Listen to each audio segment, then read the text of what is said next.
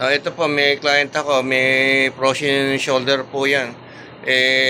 Ngayon po, tapos ko na po yung therapy.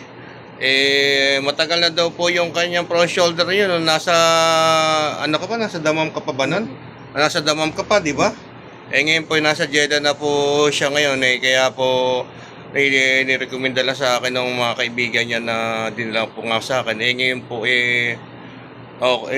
tapos na po yung siya therapy, siya na po magsasabi kung ano nangyari sa frozen shoulder niya, kung nag-okay na po, hindi. Ikaw na bro.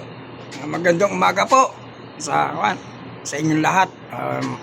Ito po ay saglit lang po, ilang minuto lang pong hinawakan ni Brad.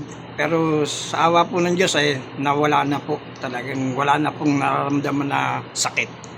Kaya salamat po sa Diyos at magaling na po tayo. May recommend ba isang kuya, isang professional na mangilot sa Jeddah? Kaya po nire-recommenda ko po. Legit ba ako? Legit? Legit? Tagang proven ba? Opo. Nire-recommenda ko po sa mga kaibigan ko, sa mga makakakita po nito. Legit po. Wala pong problema.